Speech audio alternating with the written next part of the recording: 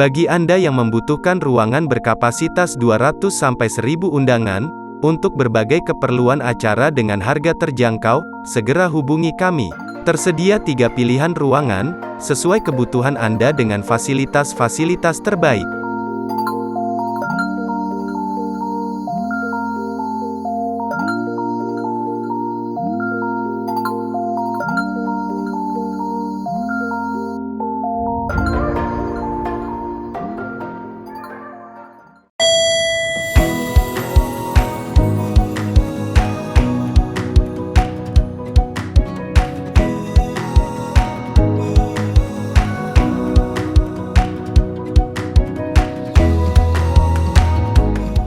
Mazmur 91 ayat 1-16. Dalam lindungan Allah, orang yang duduk dalam lindungan yang maha tinggi dan bermalam dalam naungan yang maha kuasa akan berkata kepada Tuhan, tempat perlindunganku dan kubu pertahananku, Allahku yang kupercayai. Sungguh, dialah yang akan melepaskan engkau dari jerat penangkap burung, dari penyakit sampar yang busuk. Dengan kepaknya, ia akan menudungi engkau, di bawah sayapnya engkau akan berlindung. Kesetiaannya ialah perisai dan pagar tembok. Engkau tak usah takut terhadap kedahsyatan malam, terhadap panah yang terbang di waktu siang, terhadap penyakit sampar yang berjalan di dalam gelap, terhadap penyakit menular yang mengamuk di waktu petang. Walau 1000 orang rebah di sisimu dan 10.000 di sebelah kananmu, tetapi itu tidak akan menimpamu. Engkau hanya menontonnya dengan matamu sendiri dan melihat pembalasan terhadap orang-orang fasik. Sebab Tuhan ialah tempat perlindunganmu, yang maha tinggi telah kau buat tempat perteduhanmu. Malapetaka tidak akan menimpa kamu, dan tulah tidak akan mendekat kepada kemahmu. Sebab malaikat-malaikatnya akan diperintahkannya kepadamu untuk menjaga engkau di segala jalanmu. Mereka akan menantang engkau di atas tangannya, supaya kakimu jangan terantuk kepada batu. Singa dan ular tedung akan kau langkahi. Engkau akan menginjak anak singa dan ular naga. Sungguh hatinya melekat kepadaku, maka aku akan meluputkannya. Aku akan membentenginya, sebab ia mengenal namaku. Bila ia berseru kepadaku, aku akan menjawab. Aku akan menyertai dia dalam kesesakan. Aku akan meluputkannya dan memuliakannya. Dengan panjang umur akan kukenyangkan dia, dan akan kuperlihatkan kepadanya keselamatan daripadaku. Pentakosta ketiga adalah pencurahan Roh Kudus yang dahsyat di zaman ini, melebihi yang terjadi di Azusa Street. Pentakosta ketiga akan mengakibatkan penuaian jiwa yang terbesar dan yang terakhir sebelum Tuhan Yesus datang kembali. Pentakosta ketiga akan membangkitkan generasi Yeremia, yaitu anak-anak muda yang dipenuhi Roh Kudus, cinta mati-matian kepada Tuhan Yesus, tidak kompromi terhadap dosa, dan akan bergerak untuk memenangkan jiwa. Pentakosta ketiga lahir di Indonesia yang bergerak ke bangsa-bangsa. Gerakan ini dari timur ke barat dan akan kembali ke Yerusalem. Pentakosta ketiga akan memberikan kuasa untuk menyelesaikan amanat agung Tuhan Yesus. Dan setelah itu Tuhan Yesus datang kembali. Yesus, kemuliaan-Mu pulihkan hatiku.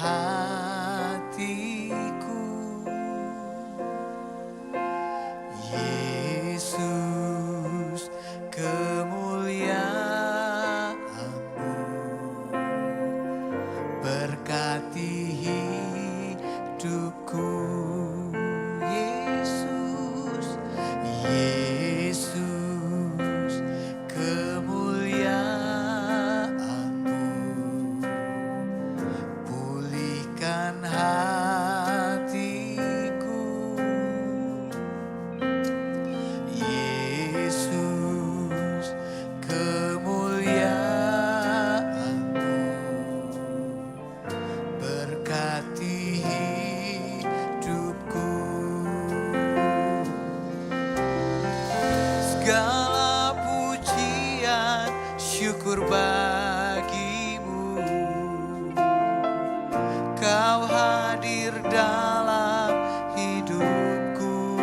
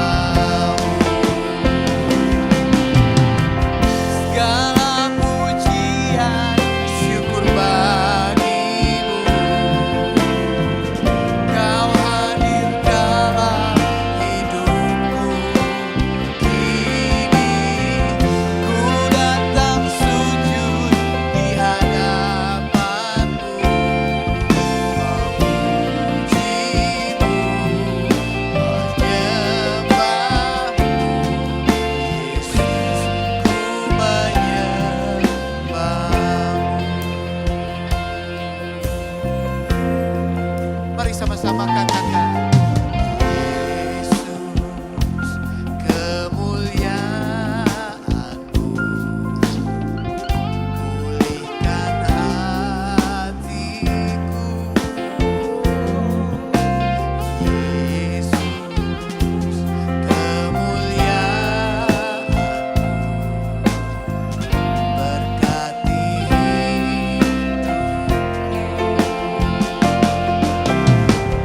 segala pujian syukur bagimu. Kau hadir dalam hidupku. Kini ku datang sujud di hadapanmu, memujimu, menyembahmu. Yesus, ku menyembah. Mari saya undang kita semua bangkit berdiri bersama-sama dan kita naikkan pujian ini bersama. Yesus, kemuliaan-Mu pulihkan hatiku. Yesus, kemuliaan-Mu berkati hidupku.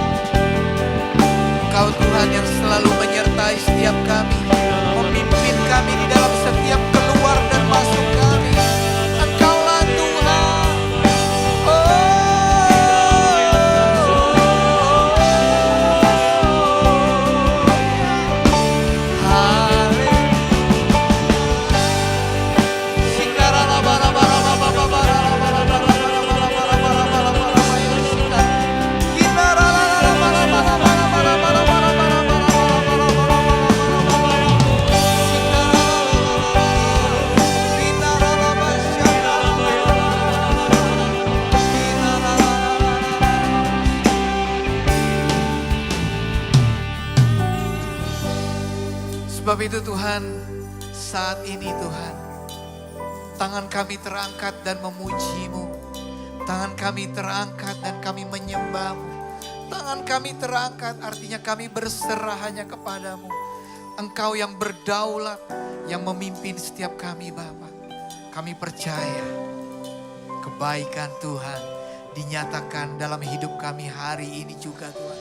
Dan kami menerima Tuhan kekuatan yang baru. Kami menerima Allah berkat yang daripadamu Bapa. Terima kasih Tuhan Yesus. Terima kasih Tuhan. Di dalam nama Tuhan Yesus, semua kita yang mengalami dan menerima Dia sebagai Tuhan dan Juru Selamat, sama-sama kita katakan amin. Mari beri tepuk tangan buat Tuhan kita. Mari beri tepuk tangan lebih meriah lagi. Haleluya. Dan katakan haleluya. Haleluya. Haleluya. Wow.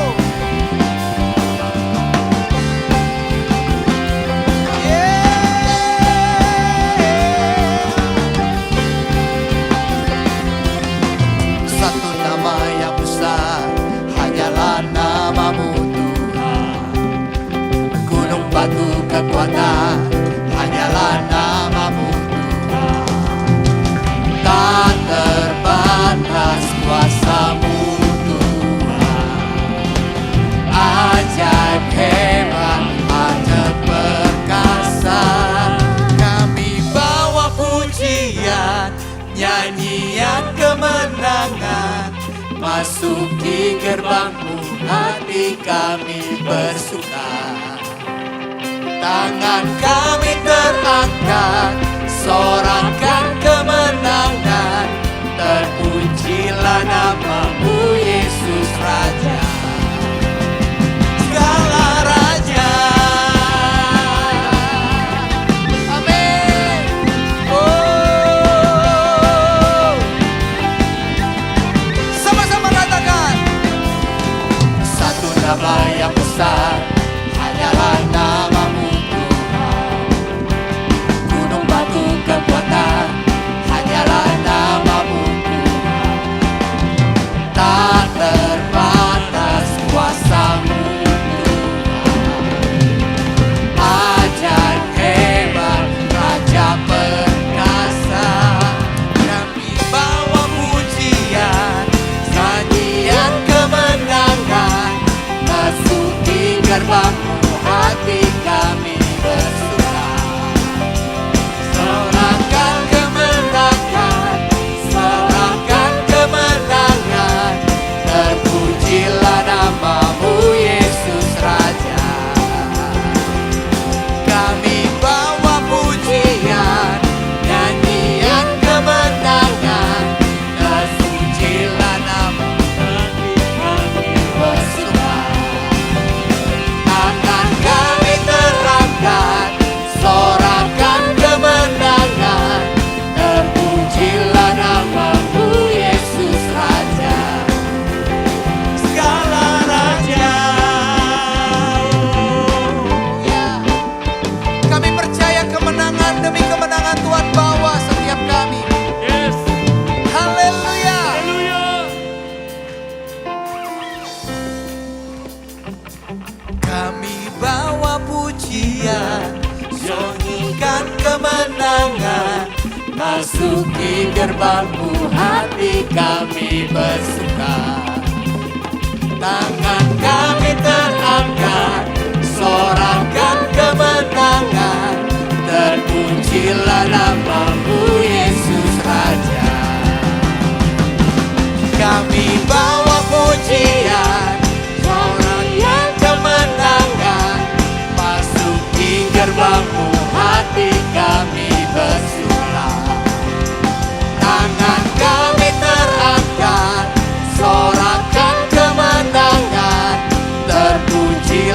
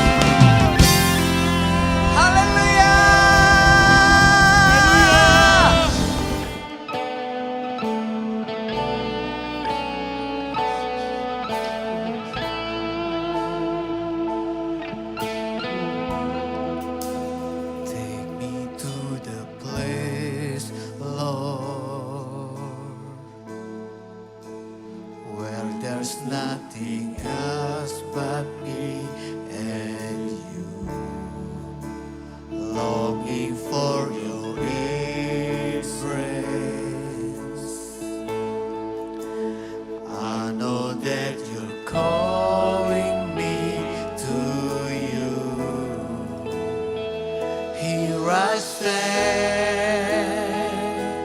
and long for your embrace. And I know nothing else could ever take your place.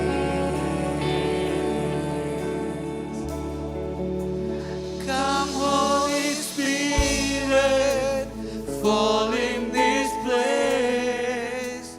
I need more and more of you. Fill me again with the power of your Spirit. Lord, I'm crying out for more and more of you.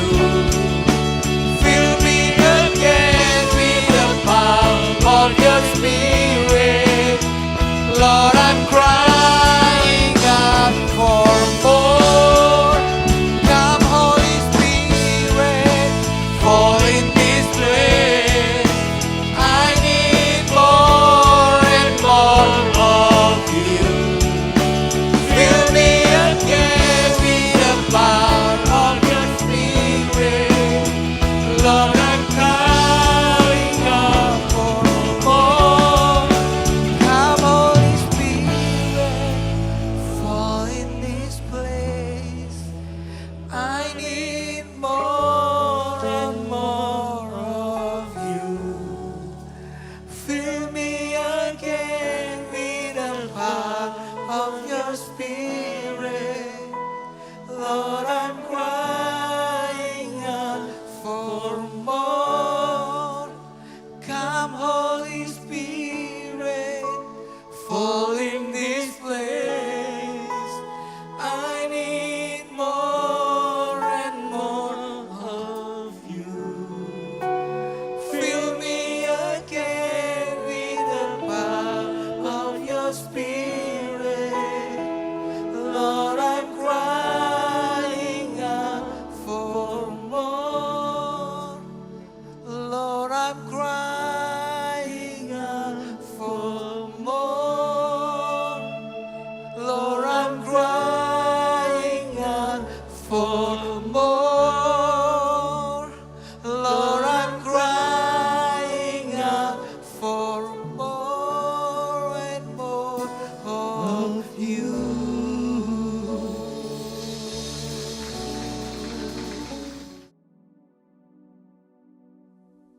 Salam semuanya. Tema khotbah bulan ini adalah memahami dan mengenal Tuhan. Yeremia 9 ayat 23 dan 24 berkata, "Beginilah firman Tuhan, janganlah orang bijaksana bermegah karena kebijaksanaannya. Janganlah orang kuat bermegah karena kekuatannya. Janganlah orang kaya bermegah karena kekayaannya.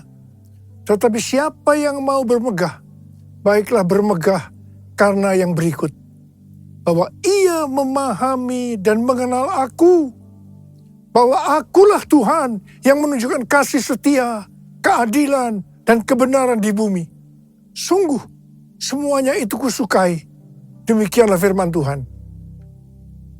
Tuhan senang kepada orang-orang yang memahami dan mengenal Dia, bahwa Tuhanlah yang menunjukkan kasih setia, keadilan, dan kebenaran di bumi. Tuhan Yesus berkata kepada orang Farisi dan orang Saduki dalam Matius 16 ayat 2 dan 3. "Pada petang hari, kamu berkata, hari akan cerah karena langit merah, dan pada pagi hari kamu berkata, hari ini cuaca buruk karena langit merah dan redup.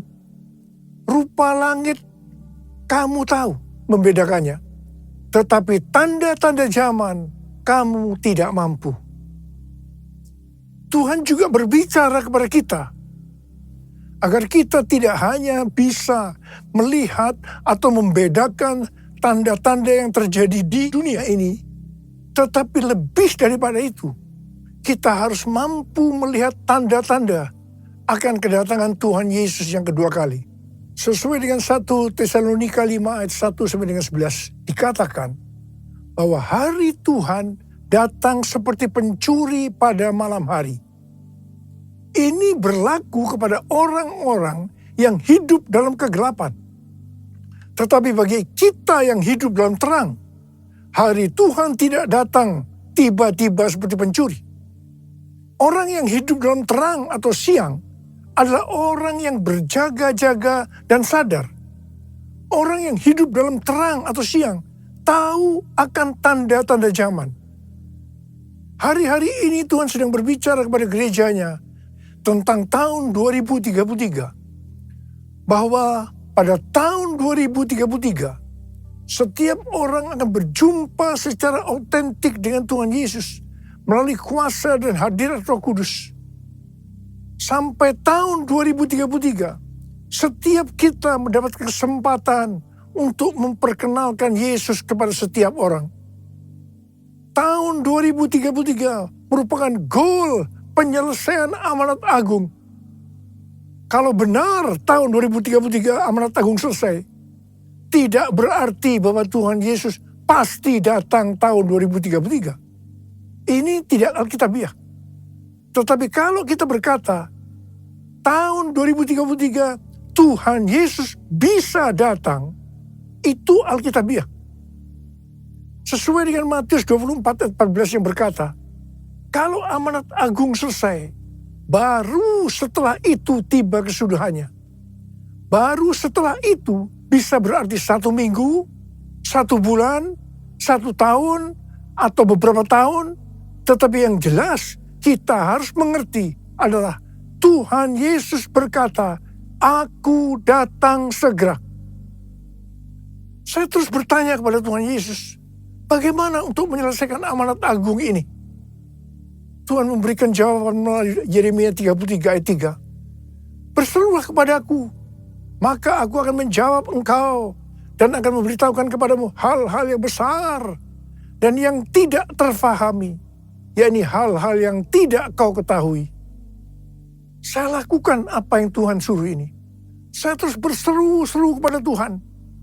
Tuhan kembali memberikan pengertian bahwa hal-hal yang ada di depan ini adalah sesuatu yang besar.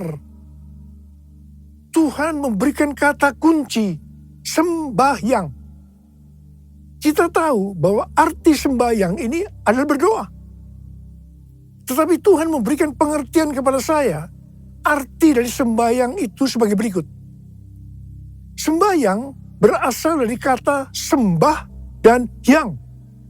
Kata yang berasal dari bahasa Sanskerta, Jawa kuno, Bali, yang berarti yang maha kuasa, yang maha mulia, yang maha suci. Bagi kita orang percaya, yang maha kuasa, yang maha mulia, yang maha suci, itu adalah Allah kita yang namanya Tuhan Yesus Kristus. Haleluya! Jadi kita harus menyembah Tuhan Yesus Kristus. Definisi menyembah bisa dalam arti sempit atau arti luas. Menyembah dalam arti sempit adalah kita masuk dalam hadiratnya, merasakan hadiratnya, menikmati hadiratnya. Sedangkan menyembah dalam arti luas adalah taat akan firman-Nya. Mujizat-mujizat akan terjadi luar biasa. Ke depan ini kita akan mengalami mujizat-mujizat yang luar biasa. Kalau kita mau mengalami mujizat-mujizat itu, kata kuncinya adalah sembahyang. Untuk bisa mengerti dan memahami hal-hal yang besar yang akan terjadi sampai dengan tahun 2033. Kata kuncinya adalah sembahyang. Sesuai yang terjadi di Asbury Revival, maka pola penuaian jiwa dan pemuritan ke depan ini adalah doa, pujian, penyembahan bersama-sama dalam unity siang dan malam, yaitu sembahyang. Who is like you, Lord, in all the earth? Massive love and beauty, endless world. Nothing in this world can satisfy. Jesus, you're the cup that won't run dry. Your presence is heaven to me.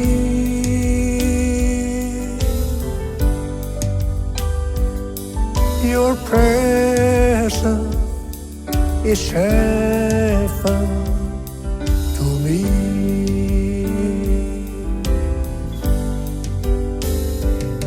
Your presence is heaven to me.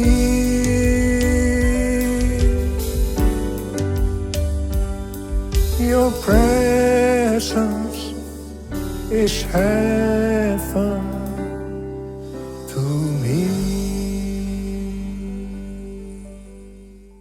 Pada tanggal 3 sampai dengan 6 Oktober 2023, ada acara WPA atau World Prayer Assembly di Perth, Australia. Bagi saya, ini adalah WPA yang ketiga. WPA yang pertama dan yang kedua diadakan di SICC pada tahun 2012 dan tahun 2022. Ayat emas dari WPA sejak tahun 2012 adalah Habakuk 2 ayat 14. Sebab bumi akan penuh dengan pengetahuan tentang kemuliaan Tuhan, seperti air yang menutupi dasar laut. Setiap acara WPA selesai, baik yang pertama maupun yang kedua, terjadi hal-hal yang luar biasa yang mengakibatkan terjadinya kegerakan-kegerakan baru. Setelah WPA yang pertama tahun 2012, maka pada tahun 2013 terjadi dua peristiwa yang penting.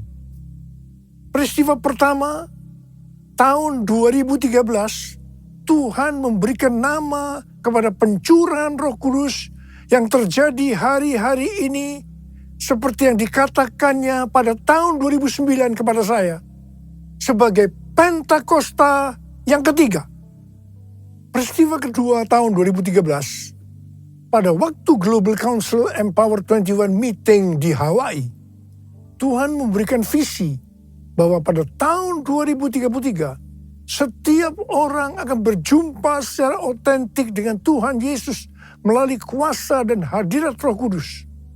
Pada awalnya, kami tidak mengerti apa yang dimaksudkan oleh Tuhan dengan visi ini. Tetapi kami percaya. Sebagai tanda kami percaya, kami memperkatakan visi tersebut.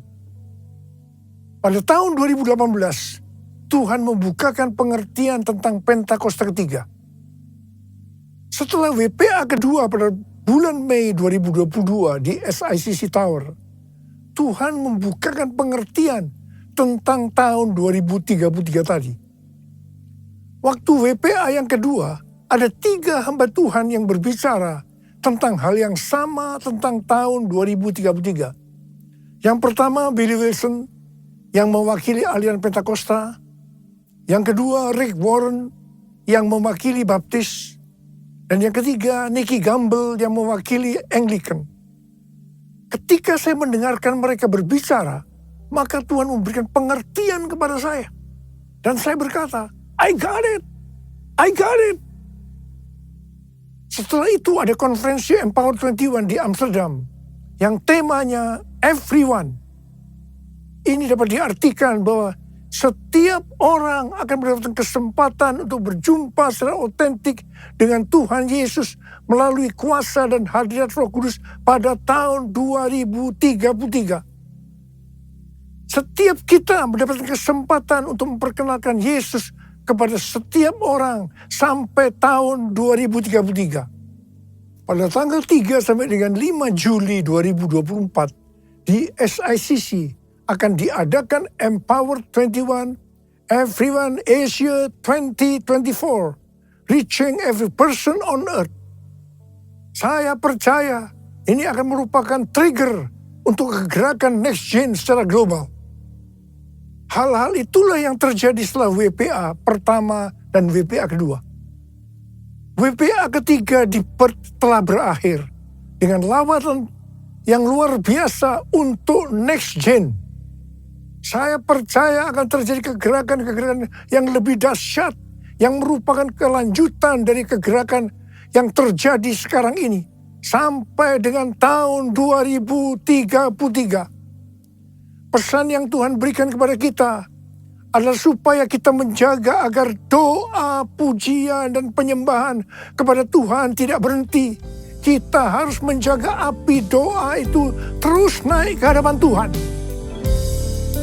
Jadikan aku, Tuhan, rumah doamu, agar semua suku bangsa datang menyembahmu. Jadikan aku, Tuhan, rumah doamu, agar semua suku bangsa datang menyembahmu. Agar semua suku bangsa datang menyembahmu.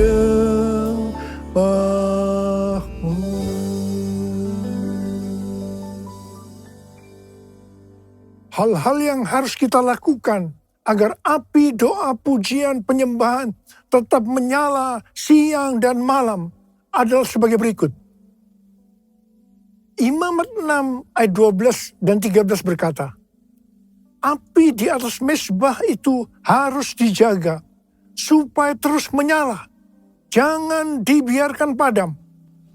Setiap pagi imam harus menaruh kayu di atas mezbah, mengatur kurban bakaran di atasnya, dan membakar segala lemak kurban keselamatan di sana. Api di atas mezbah harus dijaga tetap menyala. Jangan sampai padam.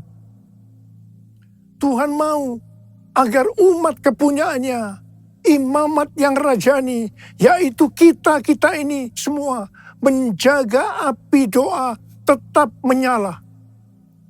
Ayat ini yang menjadi kekuatan pendorong bagi kaum Moravian di Herrnhut yang mempertahankan api doa pujian penyembahan 24 jam selama 100 tahun.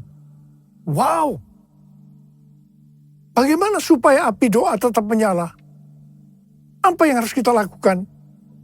Yang pertama, senantiasa mempersembahkan kurban bagi Tuhan. Imamat 6 ayat 9 berkata, perintahkanlah kepada Harun dan anak-anaknya. Inilah hukum tentang kurban bakaran. Kurban bakaran itu haruslah tetap di atas perapian, di atas mezbah, semalam-malaman sampai pagi. Dan api mezbah harus dijaga tetap menyala di atasnya. Kurban yang dimaksud saat ini itu adalah pujian, penyembahan, talenta, bahkan seluruh hidup kita. Roma 12 ayat 1 berkata, karena itu saudara-saudara, demi kemurahan Allah, aku menasihatkan kamu, supaya kamu mempersembahkan tubuhmu sebagai persembahan yang hidup, yang kudus, dan yang berkenan kepada Allah. Itu adalah ibadahmu yang sejati. Yang kedua, mengasihi jiwa-jiwa yang ditebus dengan darah kurban anak domba.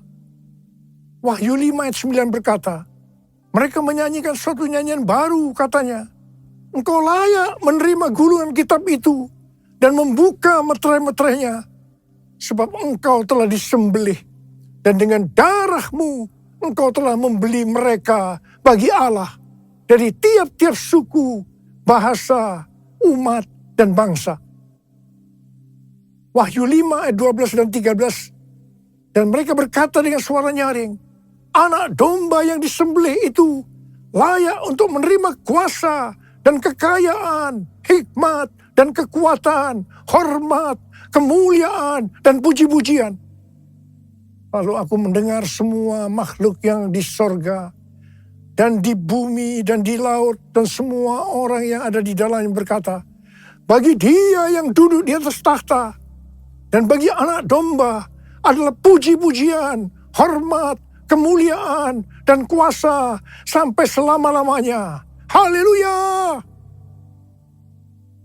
Sebagai penuai di akhir zaman, kita harus bergairah dengan ladang tuaian yang telah menguning.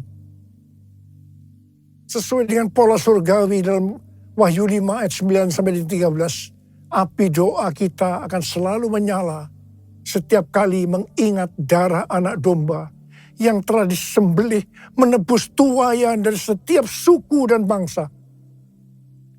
Yang ketiga, hanya mengandalkan api Tuhan.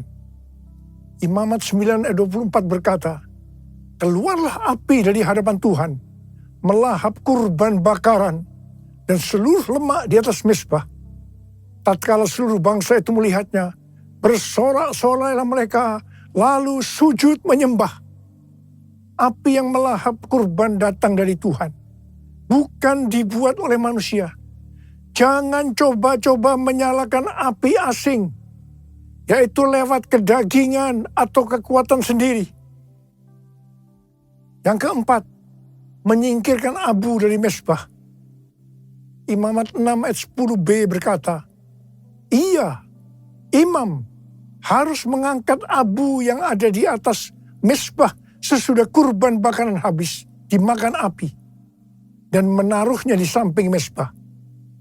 Menyingkirkan abu dari mezbah berarti kita menjaga hati tetap murni dan hidup berintegritas. Yang kelima, menaruh kayu di atas mezbah. Imamat 6 ayat 12b berkata, setiap pagi imam harus menaruh kayu di atas mezbah, mengatur kurban bakaran di atasnya, dan membakar segala lemak kurban keselamatan di sana. Kayu berbicara tentang bahan bakar yang menyalakan api rohani dalam hidup kita. Seperti bertekun dengan sehati dalam doa bersama-sama, bersekutu, membaca Alkitab. Yang keenam, mengatur kurban.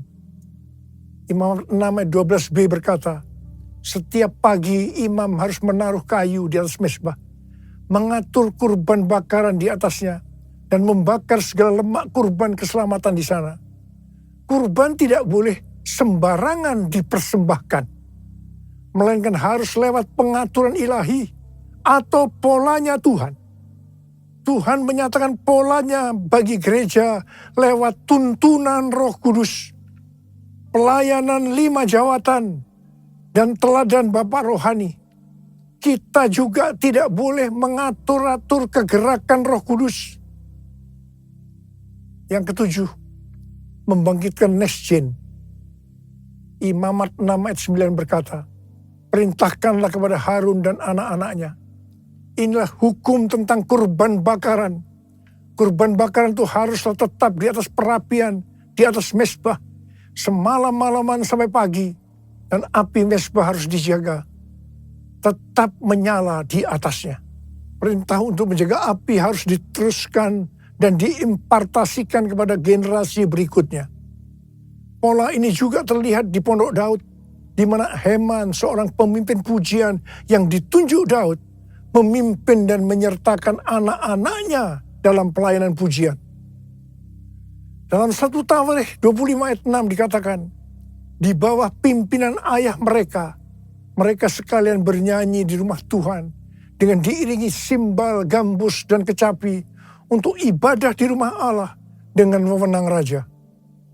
Mari, sekali lagi saya mau katakan kepada saudara, bahwa kita harus menjaga api doa, pujian, penyembahan dalam unity siang dan malam. Jangan sampai padam. Dan kita akan melihat, memahami, dan mengenal hal-hal besar yang Tuhan sediakan bagi kita. Yang percaya katakan amin. Mari katakan bersama saya. Jesus, I believe in you. Jesus, I belong to you. You're the reason that I live, the reason that I sing. Jesus, I believe in you. Jesus, I belong to you. You're the reason that I live, the reason that I sing with all I am. I will worship you. Angkat tangan saudara. I will worship you. I will worship you, Jesus. Jesus, Jesus.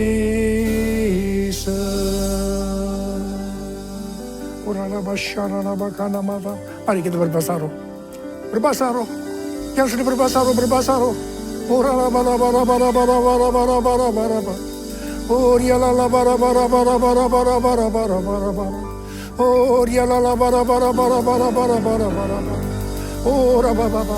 Curahkan pengurapan-Mu buat kami, Tuhan. Curahkan pengurapan-Mu buat kami, ya Tuhan. Kau melihat anak-anak-Mu sudah mengangkat tangan mereka di hadapan Tuhan. Pengurapan-Mu turun ke atas kami semua. Terima pengurapan Tuhan, terima. Oh, terima kasih Tuhan. Terima kasih Bapa. Terima kasih. Terima kasih. I will worship you.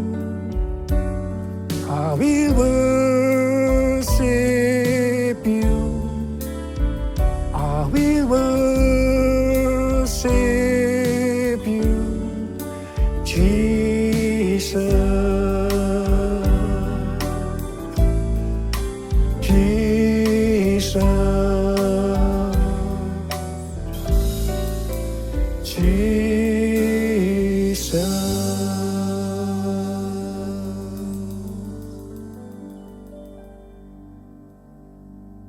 Mari saudara-saudara, kita akan masuk dalam perjamuan kudus. Kita akan mengingat ayat ini. Setiap kali kamu makan roti ini dan minum cawan ini, kamu memberitakan kematian Tuhan sampai Ia datang. Perjamuan kudus adalah perjamuan Tuhan Yesus sendiri. Setiap kali kita masuk dalam perjamuan kudus, Tuhan Yesus selalu berkata, biarlah ini menjadi peringatan akan aku. Biarlah ini menjadi peringatan akan aku. Karena itu mari arahkan hati kita kepada kebaikan Tuhan. Kita akan mengingat kebaikan Tuhan. Supaya kita lebih mengasihi Tuhan Yesus. Kita lebih mengasihi satu dengan yang lain. Mari tundukkan kepala. Bapa, siapakah kami sebelum kami mengenal Engkau? Kami semua orang berdosa. Upah dosa adalah maut, mati. Tapi Engkau yang tidak berdosa telah dijadikan dosa oleh karena kami. Engkau harus turun dari surga mulia, menjelma menjadi manusia, mati ganti kami dengan penderitaan yang luar biasa. Sungguh kalau kami pikirkan betapa baiknya Engkau ya Aba. Kau jadikan kami sebagai anak-anak-Mu. Kau tuntun, Kau bela, Kau lindungi, Kau berkati. Engkau tegur, bahkan Kau hajar kalau kami salah. Itu Engkau ya Aba. Itu Engkau. Tuhan akan memberkati kita semua melalui perjamuan kudus. Tapi Tuhan mau kita makan dan minum dengan cara yang benar. Karena itu masing-masing berdoa. Introspeksi. Lihat keadaan diri masing-masing. Jangan menyimpan dosa.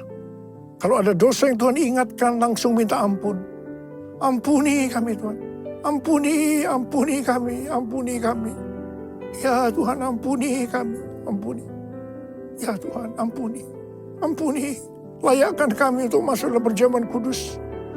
Berkat-Mu melimpah buat kami anak-anak-Mu. Terima kasih. Kami akan masuk dalam perjamuan kudus dengan hati yang penuh ucapan syukur. Dalam nama Yesus. Amin. Mari. Angkat roti di tangan kanan kita tinggi-tinggi. Sebab apa yang telah kuteruskan kepadamu telah aku terima dari Tuhan. Yaitu bahwa Tuhan Yesus pada malam waktu Ia diserahkan mengambil roti. Dan sesudah itu yang mengucap syukur atasnya. Ia memecah-mecahkannya. Dan berkata, inilah tubuhku yang diserahkan bagi kamu. Perbuatlah ini menjadi peringatan akan aku. Sudah dikasih Tuhan. Bukankah roti yang kita pecah-pecahkan ini adalah persekutuan kita dengan tubuh Kristus? Mari kita makan dalam nama Yesus.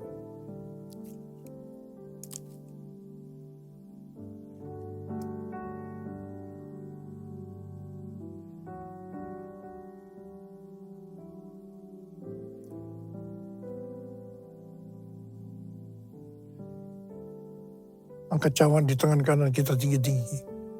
Demikian juga Ia mengambil cawan sesudah makan lalu berkata, cawan ini adalah perjanjian baru yang dimeteraikan oleh darahku.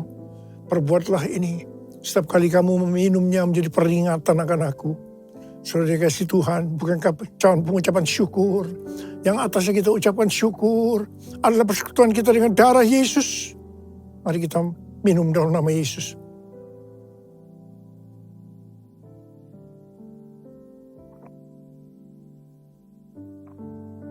Mari angkat tangan kita di hadapan Tuhan. Ucapkan syukur dan terima kasih. Dengan suara jangan diam. Tuhan terima kasih ya Tuhan. Terima kasih ya Tuhan, terima kasih ya Tuhan. Terima kasih ya Tuhan, terima kasih. Terima kasih ya Abah, terima kasih. Bala berkati anak-anak-Mu. Berkatilah anak-anak-Mu. Saat ini Kau sedang menyembuhkan yang sakit. Membebaskan yang terikat, Engkau menghibur yang susah, Engkau menguatkan yang lemah, Engkau memberikan pengharapan-pengharapan yang baru bagi yang datang dengan keadaan putus pengharapan. Tuhan terima kasih, terima kesembuhan, terima.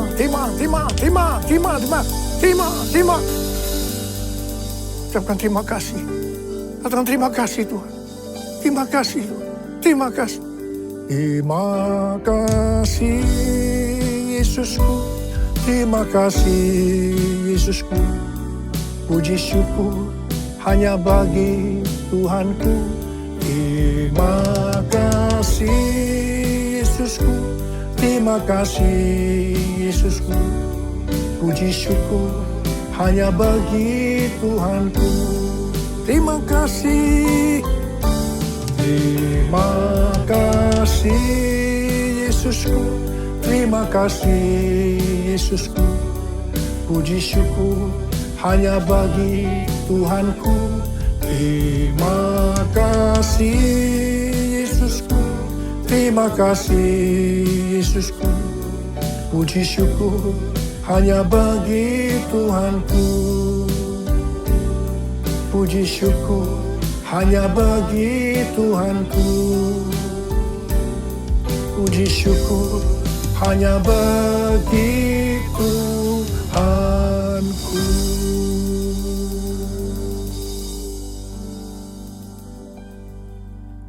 Terimalah berkat Tuhan. Kasih karunia yang berlimpah-limpah daripada Allah Bapa dalam Anak yang tunggal Yesus Kristus. Persekutuan yang manis dengan Roh Kudus menyertai saudara sekalian mulai hari ini. Sampai Tuhan Yesus datang menjemput kita di awan-awan dan bahkan sampai selama-lamanya. Yang percaya bersama-sama katakan, Amin.